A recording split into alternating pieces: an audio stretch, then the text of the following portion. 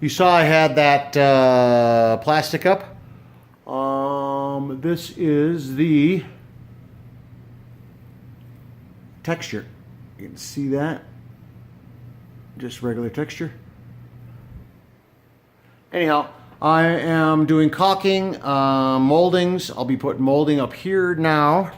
I just finished putting this panel in here, which I'll have to clean up. Now, let's see here. I'm gonna come over here. Let's see, I textured this as well. It doesn't look great, but it's because there's all different, different materials up there. I pieced in that piece of baseboard down there and caulked in that attic deal. Did all the caulking around these doorways, etc. Put in the new piece of molding on the left side of the door over there. And I will take another video in a while.